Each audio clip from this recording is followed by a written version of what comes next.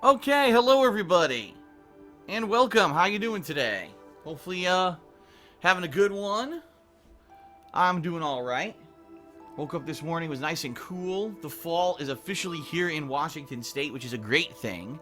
It means that I can sit here and do gameplay streams with you guys and gals and not sweat it up or be in a super stuffy office. You know, the air conditioner's been off for over a week now, and some days have been pretty hot, but these past few days have been pretty cool.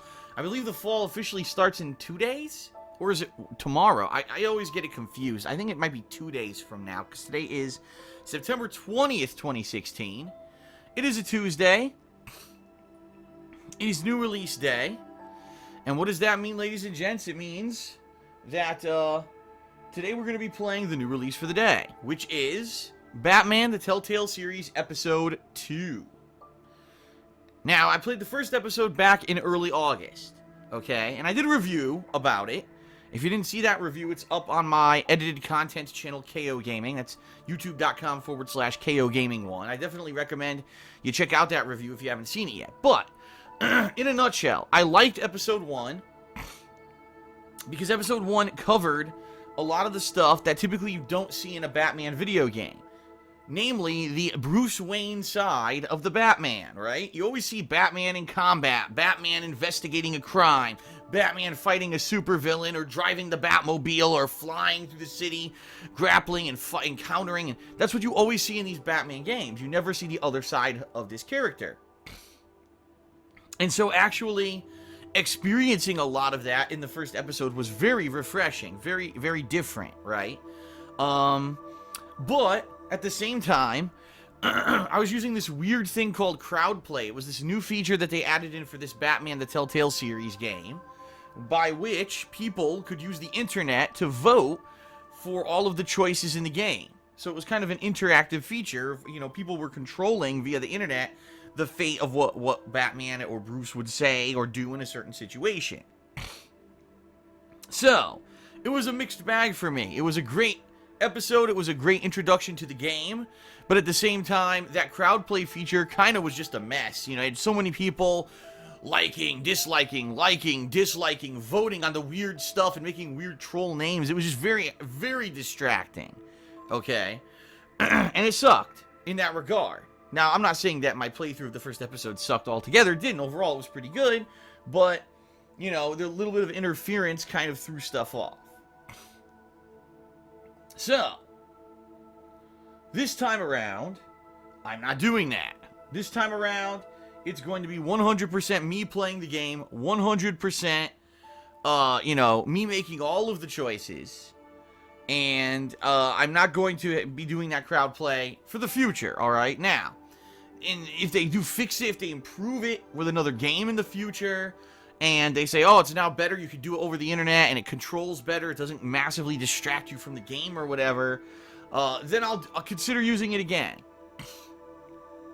But at the same time, you know, ultimately, when you do a playthrough of a Telltale game, the thing that attracts you to that playthrough is that the person playing the game may be doing different choices or different dialogue options and things from when you played it, right? Maybe you played it once, but you want to see someone play it so that you see different outcomes. And that's a major draw of the game. If I weren't making the decisions, right, then sadly, you don't get to see what, you know, my choices or my take on the game itself, my own spin. So that's why I think that, you know, doing crowd play is kind of a detriment. It does take away, in my opinion, from the overall experience of a game like this. And that's why I'm not going to be using it today. Okay? And moving forward, with the rest of the Batman episodes, I will not be using crowd play. Maybe in the future, if they update it so that there's less delay and people can more actively choose the things that they want, you know, or maybe I could do like a double experience. Like when I play these, first I do it myself and I make my own choices, and then I do a second run where people use crowd play to choose a different option. Right? That could be pretty good. So, in the future, maybe, but definitely not for the here and now. It's not ready. It's not up to par, in my opinion, for a live stream kind of experience. So this stream is going to be Batman the Telltale Series Episode 2. I don't know how long it is. The first episode was 2.5 hours long, so it perfectly filled a stream, okay? I don't know how long this episode is going to be. Typically with Telltale games, they fluctuate anywhere from an hour and a half to up to 3 hours for one of these episodes. If it is a shorter episode, that's perfectly fine. I'll end the stream a little bit early. But what I may do is maybe just a little bit of impromptu Q&A with the stream chat, see how people are doing and feeling. It's good to get direct feedback from people. And even though my social media on Twitter, @TheyCallMeDSP, has been a lot better recently than it had been, before I got verified on Twitter, I do have to say thank you to those who have been interacting with me on Twitter and, liking and retweeting my stuff. I appreciate that because it gets me a lot more exposure on social media. It helps the business, but also it helps me to basically get the common opinion of people on the internet, which is what I look to do. I need to know what's in, what's exciting, what's going on right now. What did you think about this thing that I did? And Twitter is helping me with that. But maybe doing a little mini kind of live Q&A may fill some of the time as well, because usually I do about a 3 to 3.5 hour gameplay stream. Today's definitely going to be a shorter one, all right? Now, tonight, ladies and gentlemen, I will be finishing up Dead Rising. It's been an ongoing playthrough for the past week. It's been quite a fun one, but quite a frustrating one, all right? Being completely real with you. It was good, but at the same time, it was incredibly annoying in a lot of ways, okay? So that being said, tonight, I will be finishing the game up. Now, I was on the fence about whether or not I was going to live stream it. If people are willing to tune in later tonight at 7 p.m. Pacific time for the conclusion of Dead Rising, then I would be more than willing to stream it, okay? It looks like just to finish up the game, what I need to do is get the rest of the queen wasps, or whatever they are, hornets. And I need to get a couple more weapons because my chainsaw is about to break, which is the weapon I've been using forever. So probably go grab a few weapons like that battle axe or the katana or whatever. And then apparently there's the final segment of the game, which people are saying is good but difficult as well. And people have been saying that the final segment's about 45 minutes long. So depending on how long it takes me to get the rest of these bugs, okay, that's going to determine how long it takes for me to beat the game. But I would definitely like to beat it tonight. So again, around 7 p.m. Pacific time, I'm considering streaming. If enough people kind of say, yeah, I'd come out and I'd watch a stream tonight, then I will do it. So we'll see. I'm going to kind of gauge interest today. Contact me on social media. Let me know in stream chat what you think if I should live stream the conclusion of Dead Rising tonight, okay? Tomorrow, I'm going back to BioShock for another 3-hour stream. If you weren't here yesterday, I made a ton of progress in the game. Completed the entire Fort Frolic chapter and moved on to the Adam Ryan chapter, Hephaestus. It's kind of the pre-Adam Ryan chapter because there's a lot you need to do in the Hephaestus to get to Adam Ryan in the game, I remember. And so, that's going to be tomorrow, another 3-hour stream. And by then, I'll be probably near the end of the game, which is good, because I do want to move on to other stuff this week. There's a lot of stuff coming up this week. Tomorrow night, I'll be playing Minecraft Story Mode Episode 8, the final episode, finishing up that game for you. So that'll be a complete playthrough finally after a whole year, because, yeah, it was actually September, I believe, of last year when Minecraft Story Mode debuted. So a year later, finally finishing the game up. Holy shit. And then Thursday is still up in the air because we have no word from Capcom as to what time their big DLC for Street Fighter V will be released. I would love to promise you that I'd be playing with Urien on my gameplay stream for Thursday, but I can't promise you that yet until Capcom actually decides to fucking speak up and tell everyone when the DLC will be available, because every time they've done a DLC, it's been a completely random time. Sometimes it's early, overnight, sometimes it's late in the day. There was a couple times when it was like late at night, or they tried to launch the DLC and it didn't work, and then it went later on. It's a mess. Their whole game's been a fucking mess, so it's not a surprise that they still can't get this shit sorted out either. Hopefully we'll know ahead of time, like maybe tomorrow they'll finally give us some kind of an update to let us know when the hell it's available. But I guess we'll find out. Worst case scenario, I'll be doing the update of Street Fighter on Friday, okay? It'll be my gameplay stream for Friday. It'll be all about Urien, okay? And then maybe what I'll do, maybe this weekend, I'll do kind of an additional session where not only do I play with Urian, but I check out, because there's been a lot of stuff that's been added. There's been apparently targets modes and stuff where you can earn extra battle points, and a lot of other stuff that's been added recently. And maybe I'll do 2 sessions of Street Fighter V this weekend, almost like a send-off for the game, because quite honestly, I'm not really interested in it anymore. Sadly, most people are in the same boat. After playing Street Fighter V since February, the game really has not progressed at all. They haven't done any rebalancing or anything major. The stuff that they've done really hasn't improved the game. If anything, people's opinions of the games have dropped significantly since release. It's one of the least hyped Street Fighter games ever, which is hilarious, because if you follow only the competitive fighting game players, they'll say the opposite. Oh, it's the best game ever, and hype, over attendance at EVO, right? Highest attendance at EVO. And then you watch everyone else outside of the competitive community, they're like, that game's deader than fucking dead. We don't care about that shit. We're waiting for the next big game. What's the next one? Tekken 7 or Injustice or whatever? That's what we want. We don't care about Street Fighter anymore. So it's kind of a complete opposite story depending on who you talk to. So yeah, maybe I'll do 1 or 2 sessions of Street Fighter V coming up. We'll see. I'll figure it out. Also this weekend, there's the possibility, I'm just throwing this out there because I actually talked to the Arid Lord yesterday. There's the possibility that I may be doing a session of Black Ops 3 Zombies, redoing the zombie map from 2 weeks ago. This time around, we're going to try to complete the Easter egg. It's not set in stone yet. I'm actually waiting to hear back from them. I told Chris that I may be available either Saturday or Sunday to do that if they were interested. Okay?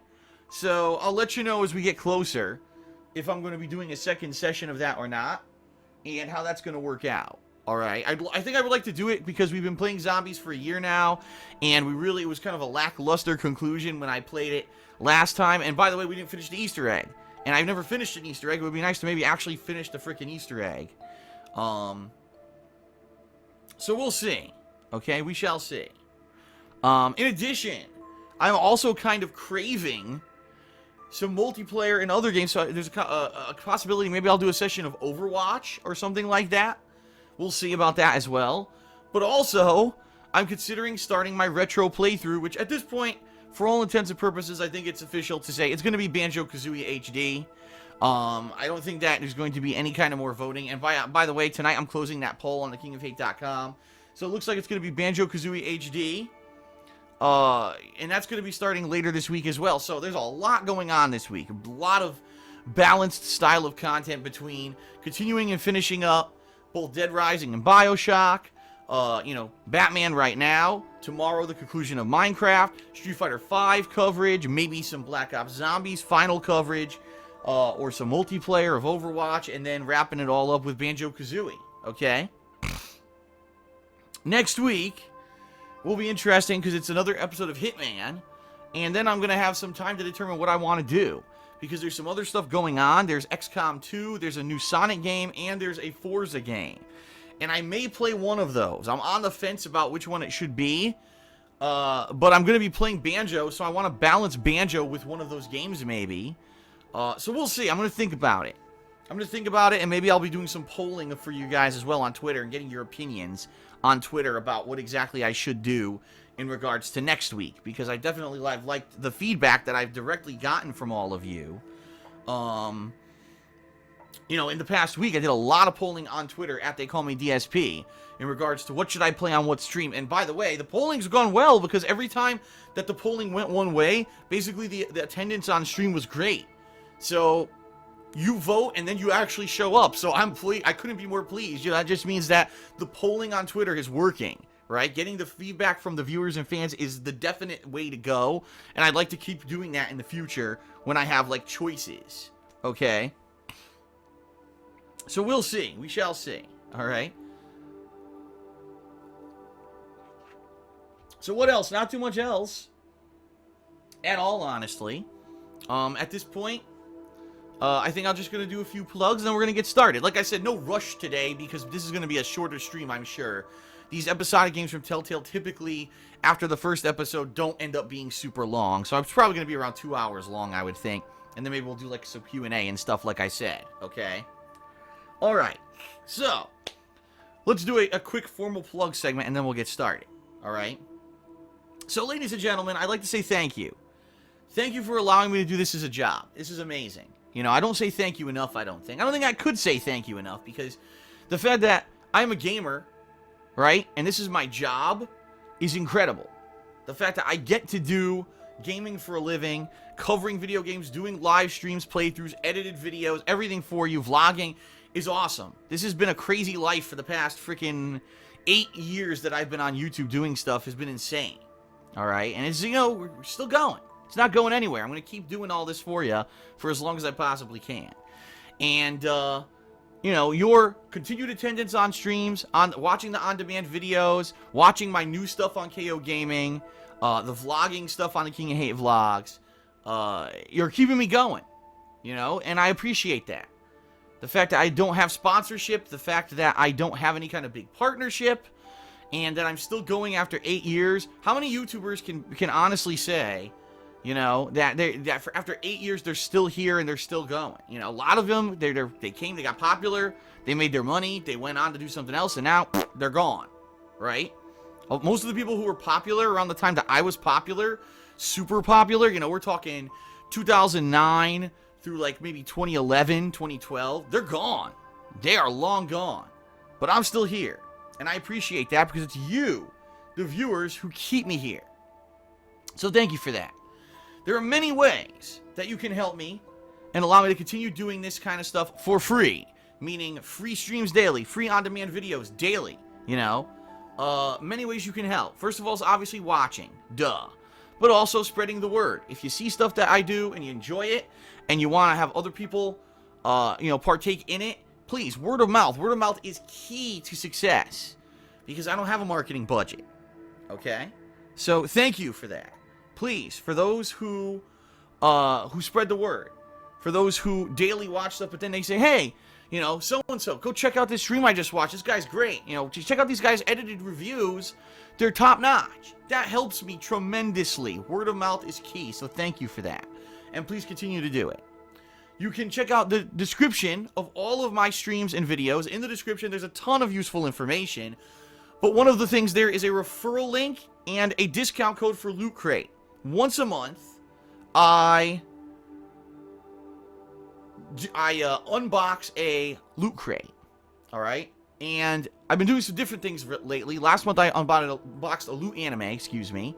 This month coming up, I'll be unboxing a Loot Gaming, all right? But if you like Loot Crate, if you have the idea of a monthly kind of subscription service where you get cool stuff, merch, swag, t-shirts, etc., all in line with pop culture or anime or gaming, whatever is your personal taste. You can get a box that pretty much caters to anything. You can use my referral link and discount code to save 10% on any new subscription. If you use that, I get a few extra bucks. Right? So, thank you. Thank you for that. And a lot of people have used the code, so thanks. And if you use it in the future, thank you. That helps me. That's one of the few sponsorship things that I actually have that benefits me, so please consider doing that. Twitter, @TheyCallMeDSP. I'm now verified on Twitter, which is amazing. I'll tell you, my Twitter experience did like a 180 since I got verified. I'm not even joking. Like, there's still nasty people on Twitter, and there always will be. But, you know, now I can actually interact with my fans, and people know that it's me. There's no imposters. The people that are imposters trying to act stupid, they don't fool anyone anymore. There's been a few, and I'm like, what are you, stupid? Everyone can see you don't have the check mark next to your name. Get the fuck out of here. And, Twitter's been a much better place. I have a lot more people interacting with me on a daily basis. I can actually have conversations with people, and it doesn't turn into a shit show, right? Now, Twitter is important for me because every day I post up a new schedule so you know what I'm doing the next day. I also share my thoughts on things like social media, pop culture. If I'm watching a television show and I have a comment on it, or a movie, sometimes I'll take pictures and share, oh, I'm watching this anime tonight or whatever. Food, when I go around, I'll take funny pictures of things and commentary and stuff like that. But also, it's a lot of work-related stuff. I let you know when I post up new videos and things. So really, it's a combination of personal and business. But unlike a lot of other people, I don't shit post on there. I'm not doing stupid trolling and shit on there. It's more fun, but also serious. You're not going to get nasty negativity stuff on there, okay? So please consider following me @TheyCallMeDSP if you haven't yet on Twitter. And if you do follow me on Twitter and you like the stuff I put up, please retweet or like/fave, whatever they call it, any tweets that you find pertinent or important. The bigger social media reach that people have in this day and age, the better it actually helps their business. All right, KO Gaming, my new YouTube channel where I put up edited content like reviews. In fact, last night I put up my impressions of the For Honor Alpha, which I played back on Friday. Nice edited video, about 13 minutes long, outlines the ins and outs of the alpha and what the game looks like it's going to be like when it actually releases next year. But in addition to that, also, showing off some of the awesome things that happen, like the flying aerial execution and the tie game and stuff like that. So you can check that out, but it's not just that. It's full reviews of games. It's montages. And by the way, I should start hyping this now, okay? The end year series. All of the year-end stuff that I typically do, that I've done since I started on YouTube. So I'm talking my Game of the Year awards.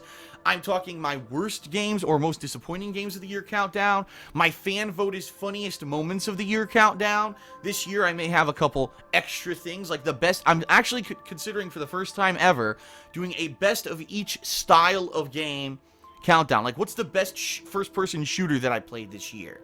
What's the best platforming action game that I played this year? What's the best fighting game this year? What's the best this? I might do categories. I've never done that before, but it may be something awesome that I could do, all right? All of those videos are going to be on KO Gaming this year.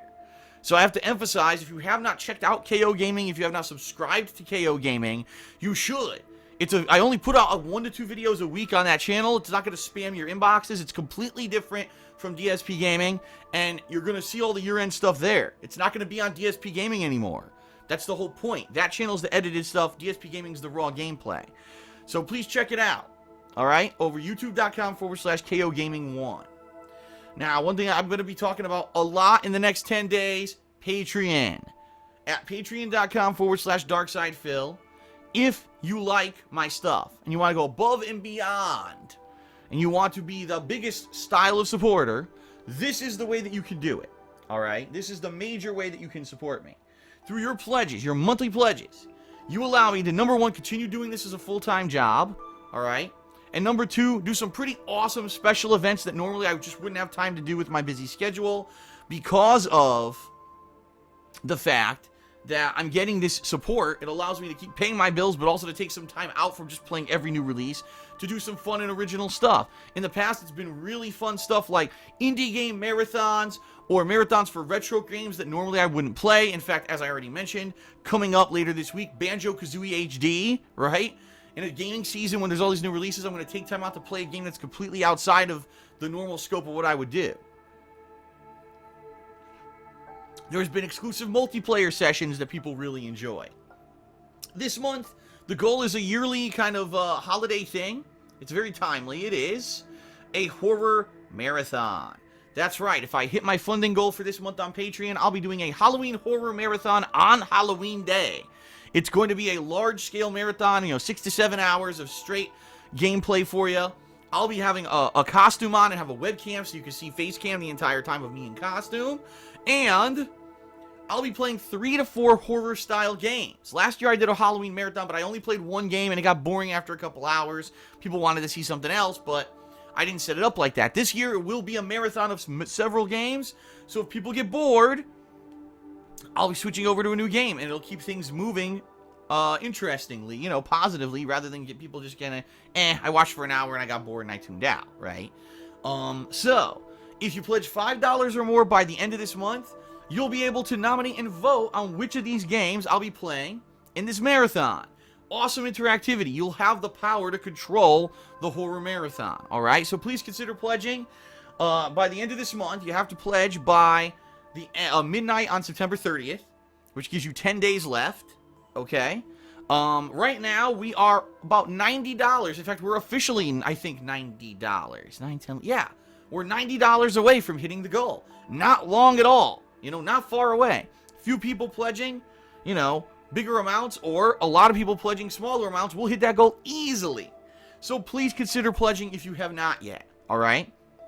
Keep in mind, you don't have to pledge $5. That's if you want to be able to nominate and vote on the games. If you're not, as little as $1 helps. It all adds up. The people who have the most successful Patreons on the internet have a lot of people giving a little bit Because $1 may not be a lot to you, but it adds up for me, and it'll, you know, we hit our goals, and it helps me keep doing this full time. Okay? And keep in mind, it's not just about this goal. You also get personal perks, like getting text and verbal thank yous for your pledges, getting your questions answered on my bi-monthly show, Ask the King, which, by the way, Ask the King is next week. A lot of people don't realize this. It's next Thursday. Finally, an episode of Ask the King. I know it's been a long time. The last one I did was actually in early September, July, excuse me. So it's been over 2 months. It's overdue, and we're going to be doing one in, next week. So definitely consider pledging, and there you have it. Hopefully we hit the goal within 10 days for $90. I'm pretty sure we can do it, okay? And then last but not least, of course, my girlfriend has her own business at etsy.com/shop/theblackcurrant. She sells handmade glycerin soaps and wax tart melts. All right, the soaps are awesome. They smell great. They're better for you than the soaps that you'll buy at a store 9 times out of 10, because if you take a look in your local, supermarket, grocery store, pharmacy, wherever it is that you buy your soap, you may realize something. Take a look. A lot of the bars don't even call themselves soap anymore. They're called beauty bars or detergent bars. And the reason is because they don't even have the basic ingredients in them to be called soap anymore. And these things are cheap, but the reason they're cheap is because they're bad for your skin. They leave you dried out or oily, one or the other. Either extreme is bad.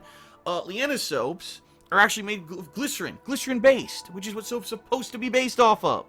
And they're very good for you. They're healthy for you. The scents are great. And, she works hard on these.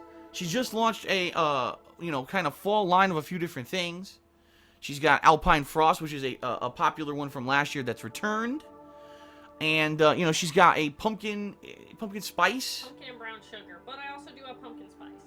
You got pumpkin spice and pumpkin brown sugar. Yes, brown sugar is the sweeter one. So there's 2 different variations of pumpkin scents for the fall.